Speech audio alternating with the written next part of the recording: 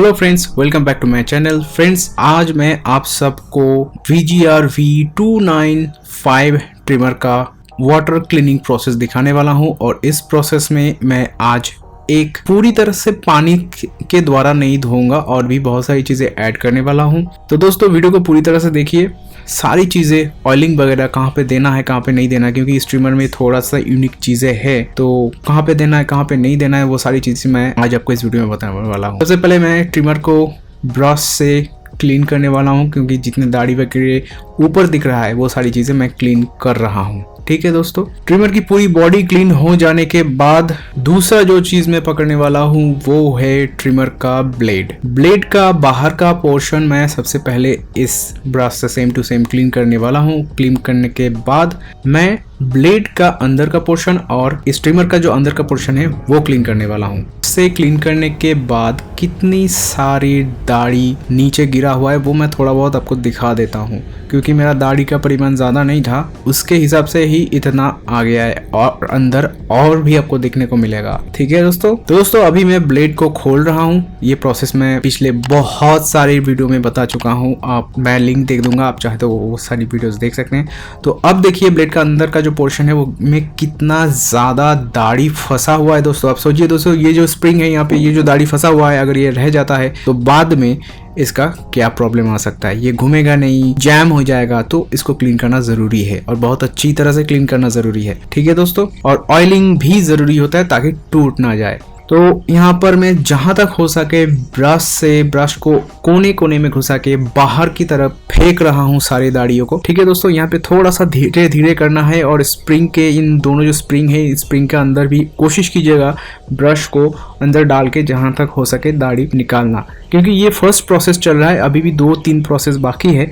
तो उसके बाद में पूरी तरह से एकदम नए जैसा हो जाएगा। दोस्तों, ये जो जगह है, ये जो देख रहे हैं, ये ऐसे ऐसे जब दाढ़ी काटता है तो ऐसे हिलता है और इन दोनों ब्लेड्स के बीच में कभी भी दाढ़ी अटक जाता है। तो इसको एक बार राइट साइड से लेफ्ट साइड में स्वीप करके मैं क्लीन कर रहा हूँ और दूसरी बार ठीक उल्टे साइड में इसको लेके मैं क्लीन करने वाला हूँ। अभी दोस्तों, अभी आप देख सकते हैं कि छोटे छोटे दाढ़ी वगैरह अंदर रह जा रहा है। ये पूरी तरह से क्लीन नहीं होगा जब तक मैं इसको अच्छी तरह से धो ना लूँ। तो दोस्तों, यहाँ पर जो दोनों ब्लेड के बीच में जो गैप है उसको भी थोड़ा सा जहां तक हो सके क्लीन कर लीजिएगा, ऐसे ब्रश को डाल के। और उसके बाद दोनों ब्लेड्स के जो टिप्स है, ठीक है दोस्तों, टिप्स मतलब सामने की तरफ जो पोर्शन है वहां पर भी दाढ़ी फंसा हुआ रहता है, वहां पर ऐसे आप बाहर की तरफ स्वाइप कीजिएगा। अंदर की तरफ कीजिएगा तो ब्लेड की टिप में दाढ़ी फंसा ही रह जाएगा, बाहर की तरफ आपको धकेलना है ब्रश के जरिए। तो दोस्तों, अभी आप देख लीजिए दाढ़ी का जो परिमाण है यहाँ पे ज्यादा बढ़ गया है दोस्तों। ठीक है, तो नेक्स्ट प्रोसेस में हम चलते हैं। अभी ट्रिमर का बॉडी के अंदर जो पोर्शन रहता है वहां पर थोड़ा बहुत दाढ़ी घुसता है, उस जगह को अच्छी तरह से क्लीन करना है। दोस्तों, नॉर्मली ट्रिमर अगर आप चाहे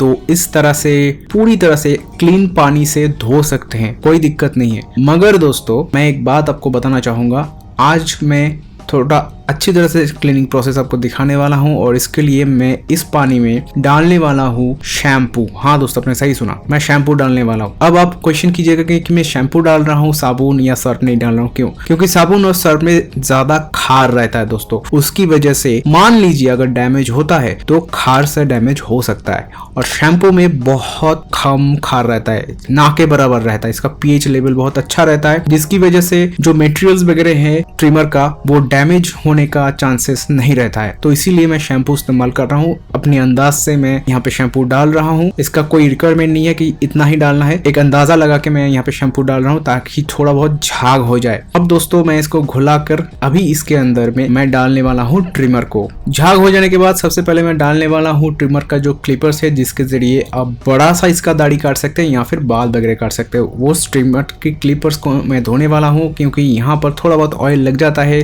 थोड़ा स्लिपरी होता है, तो इसीलिए मैं इसको धो रहा हूँ। और दाढ़ी वगैरह तो थोड़ा बहुत लग ही सकता है, हालांकि मैंने इसको इस्तेमाल किया नहीं है, पर आपको दिखाने के लिए मैं इसको धो रहा हूँ। ऐसे ही नॉर्मल से आपको क्लीन करना है, यहाँ पे सिर्फ पानी में डूबा कर थोड़ा बहुत आप रब कर लीजिए अपनी उंगली से, उससे ही काम हो जाएगा। ठीक है दोस्तों, ये धुलने का पहला प्रोसेस कंप्लीट हो रहा है। दूसरा जो प्रोसेस है वो है दोस्तों इस ट्रिमर का जो ब्लेड है उसको क्लीन करना, और ये सबसे ज्यादा इंपॉर्टेंट पार्ट है। इस ब्लेड को अच्छी तरह से क्लीन करवाना जरूरी होता है। इसको सबसे पहले डुबो दीजिए ताकि अंदर तक पानी चला जाए। उसके बाद इस तरह से पानी के अंदर हिलाइए। अब गौर से देखिएगा, यहाँ पर आप देख पा रहे हैं कि मुझे नहीं पता, पर गौर से देखिएगा तो यहाँ पे पानी के अंदर में थोड़े थोड़े दाढ़ी निकलते हुए आपको दिखाई देगा। इससे क्या हो रहा है, ये हिलाने की वजह से पानी का जो झाग है वो इसके अंदर में कोने में, जहां पर आप ब्रश नहीं घुसा पा रहे थे, दाढ़ी को निकाल नहीं पा रहे थे, वहां से इसको दाढ़ी को बाहर निकालेगा ये शैम्पू का जो झाग है ये, और इससे इसका कोई डैमेज भी नहीं होने वाला है दोस्तों। इस तरह से थोड़ा बहुत हिला लीजिए और ये इसका क्लीन का प्रोसेस कंप्लीट हो रहा है। अभी भी इसके अंदर झाग रह जाएगा दोस्तों। उसके बाद सेम प्रोसेस में मुझे इसका जो बॉडी है उसको क्लीन करना है। नहीं दोस्तों, मैं बताना चाह रहा हूँ, बॉडी को शैम्पू से क्लीन मत कीजिएगा, थोड़ा रिस्की हो जाता है क्योंकि इसके अंदर बैटरी रहता है। हालांकि ये वाटर प्रूफ है, फिर भी मैं सेफ्टी पर्पस के लिए इसको झाग वाले पानी से नहीं धो रहा हूँ। अगर आप चाहे तो नॉर्मल वाटर से धो सकते हैं बॉडी को, ठीक है दोस्तों, क्योंकि ये वाटर प्रूफ है। उसके बाद क्लिपर्स और ब्लेड को झाग वाले पानी से तो मैंने धो लिया। अब झाग थोड़ा बहुत रह जाता है क्लिपर्स और ब्लेड में, उसके लिए एकदम प्लेन वाटर से क्लिपर्स को और ब्लेड को धोना है, क्लीन वाटर से दोस्तों, झाग वाले पानी से नहीं धोना है। यानी शैम्पू वाला पानी को छोड़ के एकदम क्लियर पानी से धोना है, ताकि इसके अंदर अगर कोई झाग वगैरह रह भी जाए तो वो बाहर निकल जाए, ठीक है दोस्तों। अब दोस्तों बारी आ जाती है यहाँ पर जो बॉडी है ट्रिमर का, ब्लेड का और क्लिपर्स का, उनको अच्छी तरह से पोंछना है। तो कोई भी कॉटन वाला कपड़ा आप ले लीजिए जिससे बहुत अच्छी तरह से पानी सोख कर सके, क्योंकि अगर आप कोई और कपड़ा लीजिएगा तो पानी सोखेगा नहीं दोस्तों अच्छी तरह से। कॉटन में अच्छा सोखता है, ठीक है दोस्तों। तो मैं यहाँ पर इस तरह से अंदर इस तरह से डालकर थोड़ा साफ कर रहा हूँ। हालांकि इसको मैंने धोया नहीं था, मैं फिर भी इसको अंदर से इस तरह से साफ कर रहा हूँ ताकि कोई दाढ़ी वगैरह रह जाता तो बाहर निकल जाएगा। तो दोस्तों अभी मैं क्लिपर्स और ब्लेड को साफ करने वाला हूँ। उससे पहले क्लिपर्स को साफ कर लेता हूँ। क्लिपर्स को साफ करना सबसे आसान है। सेम प्रोसेस में अच्छी तरह से इसको पोंछना है। उसके बाद जो प्रोसेस आ जाता है वो है इस ब्लेड को पोंछना। ये थोड़ा क्रिटिकल हो जाएगा, तो यहाँ पर जितना हो सके बटन को अंदर डाल दीजिए ब्लेड का, ताकि अंदर अगर कोई पानी रह जाए तो वो बाहर निकल आ जाएगा। इस कॉटन से अच्छी तरह से पोंछने के बाद अगर आप बिजी हो तो आप रख दो 1-2 दिन के लिए। पानी पूरी तरह से वेपर बन जाएगा और पानी अंदर नहीं रह जाएगा। और अगर आप बिजी नहीं हो, आप उसी वक्त उसको साफ करना चाहते हो तो 10-15 मिनट रख दीजिए। पानी जो भी अंदर 1 बूंद रह जाएगा, 2 बूंद रह जाएगा, वो वेपर हो जाएगा, कुछ ही देर के बाद सूख जाएगा अच्छी तरह से। उसके बाद आप ऑयलिंग करना, क्योंकि अगर पानी रह जाता है और आप तुरंत बाद ही पानी रहते हुए ही ऑयलिंग करोगे तो ऑयलिंग का फायदा नहीं हो। वो ऑयल जिसलिए दिया जाता है, इसका जो मेटल्स वगैरह है उसको प्रोटेक्ट करने के लिए दिया जाता है, पर वो प्रोटेक्ट नहीं होगा अगर पानी रहते हुए आप ऑयलिंग करते हो ट्रिमर के अंदर में, ठीक है दोस्तों। तो दोस्तों मैं 10-15 मिनट इसको रख देता हूँ और 10-15 मिनट के बाद वापस आता हूँ। अभी दोस्तों सबसे पहले मैं ट्रिमर का ये जो पोर्शन है, यहाँ पे फ्रिक्शन होता है, ये जो पार्ट है ये घूमता रहता है, यहाँ पे थोड़ा सा मुझे 1 ड्रॉप ऑयल डालना है। और ये जो ऊपर वाला पार्ट देख रहे हैं नेल टाइप का, ये बहुत ज्यादा फ्रिक्शन होता है। यही पार्ट सबसे ज्यादा अंदर का जो ब्लेड है उसको घुमाने में, उसको हिलाने में, राइट से लेफ्ट में हिलाने में हेल्प करता है। और ये दोनों साइड का जो है ये क्लिपर्स अटकने में बहुत हेल्प करता है। मतलब यहाँ पे जो मेटल पार्ट्स आप देख रहे हैं सबके सब इंपॉर्टेंट है। और ये जो स्क्रू है ये भी इंपॉर्टेंट है, क्योंकि यहाँ पे कभी कभी रस्ट आ जाता है। हालांकि स्टेनलेस स्टील से बना हुआ है तो रस्ट आएगा नहीं, फिर भी कोई चांस नहीं रहते हैं मैं, तो यहाँ पर भी थोड़ा थोड़ा 1-1 ड्रॉप मैं यहाँ पे ऑयल डाल देता हूँ। स्क्रू में भी मैं डाल दूंगा। अब जो सबसे ध्यान देने वाली बात है वो है ट्रिमर का जो ब्लेड है उसके अंदर में यहाँ पे जो स्प्रिंग रहता है, स्प्रिंग में अगर रस्ट आ जाए, मान लीजिए रस्ट आ गया, हालांकि आएगा नहीं, ये भी स्टेनलेस स्टील से बना हुआ है तो रस्ट नहीं आएगा, मगर फिर भी अगर ये मूव करता रहेगा तो एक टाइम में ये टूट जाता है।